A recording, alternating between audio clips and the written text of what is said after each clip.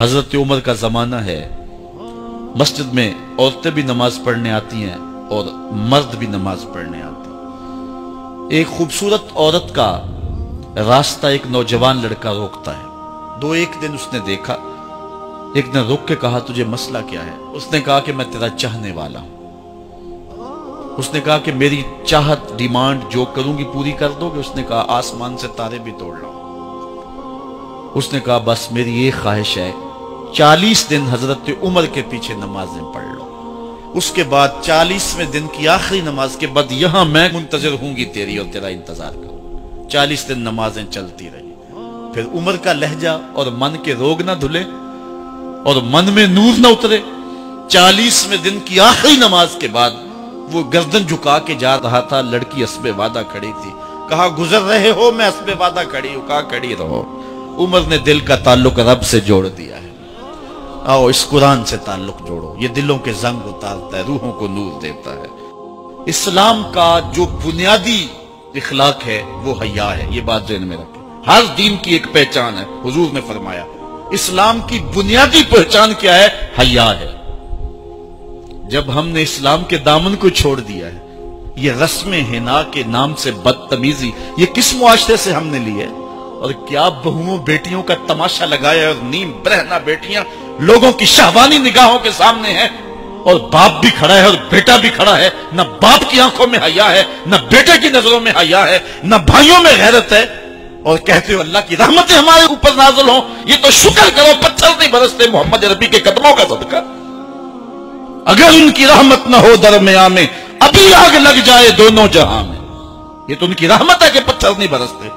پچھلی قوموں نے ایک ایک جرم کیا، کسی کے اوپر پتھر برسے، کسی کے اوپر خون برسا، کسی کے اوپر ایسا زلزلہ آیا کہ نیچے والی جگہ اوپر اور اوپر والی بستیاں نیچے۔ لیکن اس امت پر ایسا نہیں ہوگا، اور اللہ نے فرمایا ما کان اللہ لیعذبہم وانت فیہم، محبوب تیری وجہ سے میں عذاب نہیں اتارا ورنہ پیس کے رکھ۔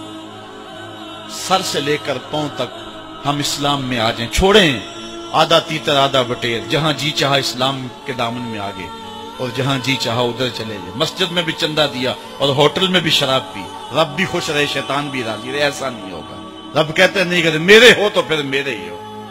کوئی بھی غیرت مند محبوب نہیں جو ہے تسلیم کرتا کہ میرا محب کسی اور کی طرف نظر اٹھا کے بھی دیکھے، تو رب سب سے بڑا غیرت مند ہے، وہ نہیں چاہتا میرا ہو اور کسی اور کی طرف دیکھے۔ تم کون ہے؟ مغربی تہذیب لگتی کیا ہے تمہاری؟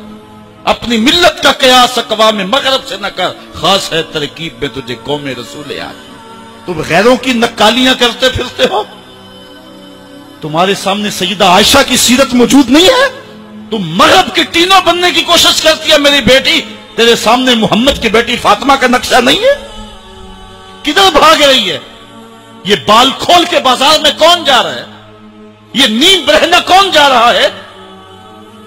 دیکھ محمد عربی تجھے کیا آواز دے رہے، ان کا لہجہ کیا، اس کو سن اور زندگی کو اس کی مطابقت میں گزار۔ اصل ہمارے دل زنگ آلود ہو گئے، اس دنیا کے اس ماحول نے ہمیں اس طرح کر دیا ہے کہ آج ہمیں سمجھ نہیں آ رہی کہ ہم کدھر جائیں۔ اور ایک اور حدیث میں حضور نے دلوں کا اور من کا میل اتارنے کے 2 نسخے بیان کیے۔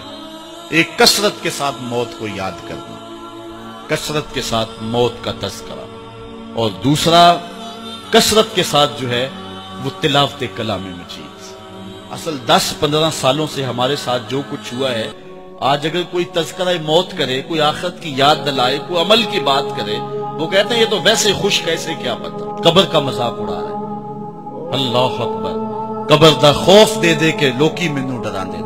میں کہتا ہوں لوگ ہیں کون ڈرانے والے؟ منکر نکیر کا پتہ آمنہ کے لال نے دیا ہے۔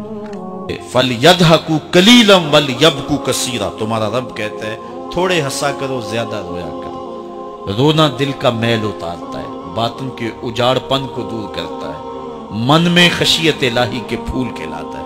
اور حدیث میں آتا ہے وہ آنکھ خوف خدا کی وجہ سے روئی اور ایک بال کی جڑ بھی بھیگ گئی، کل قیامت کے دن وہ بال جہنم میں نہیں جانے دے گا۔ عرض کرے گا مالک یا اسے جنت دے دے یا مجھے نکال لے، تو رب بال تو نہیں نکالے گا، اللہ تعالیٰ اس شخص کو جنت عطا فرمائے۔ لا خیر فی عین لا تبکی من خشیت اللہ. امام ابو نعیم نے لکھا حلیہ میں، اس آنکھ میں بھلائی کوئی نہیں ہے جو خوف خدا میں روتی نہیں. رونے کا مزاج بناؤ، طبیعت کے اندر نرمی پیدا کرو. اگر طبیعت سخت ہے، بعض لوگ تباً سخت ہوتے ہیں، تو روزانہ شام کے وقت قبرستان میں جا کر کے کچھ وقت گزار کے آیا کرو. اپنی طبع میں نرمی پیدا کرو، طبیعت میں سادگی پیدا کرو. اپنے زندگی کے معاملات کو زیادہ نہ پھیلاؤ کہ جو حساب دینا مشکل ہو جائے. مجھے اپنے والد گرامی کی ایک بات یاد آئی. آپ فرمایا کرتے تھے جس شخص سے پیار ہو جائے نا، اس کی آخرت کے لیے سوچا کرو کہ اس کی آخرت ٹھیک ہو جائے. اس کے لیے محنت کرو، کوشش کرو، جو تم کر سکتے ہو کہ اس کی آخرت ٹھیک ہو جائے. ہاں، ہر بندہ چاہتا تو یہ ہے کہ میری زندگی آسودہ ہو. آسودہ ضرور بناؤ زندگی کو، لیکن خیال رکھو کہ اس دنیا کی زندگی کی آسودگی سے آخرت کی آسودگی جو ہے وہ زیادہ عزیز ہے. یہ 4 دن کی زندگی ختم ہو جانی، تھوڑی ہے، بالکل سانسوں کی گنتی ہے اور ختم ہو جانے والی ہے، اور وہ زندگی نہ ختم ہونے والی. اس لیے خندق کھودتے صحابہ پر جب حضور کو پیار آیا تو دعا کیا دی، اے اللہ میرے انصار کو بھی بخش دے، میرے مہاجروں کو بھی بخش دے. چونکہ زندگی تو آخرت کی زندگی ہے، ان کی آخرت کی زندگی کے لیے خاص طور پہ دعا مانگی. اس لیے اپنی آخرت کی زندگی کے بارے ترجیحاً ہم سوچیں اور اپنی زندگی کو بہتری کی طرف لے جائیں. 5 گانا نماز شعار زندگی بنا لیں. زندگی جاتی ہے تو جائے، لیکن نماز نہ جانے پائے.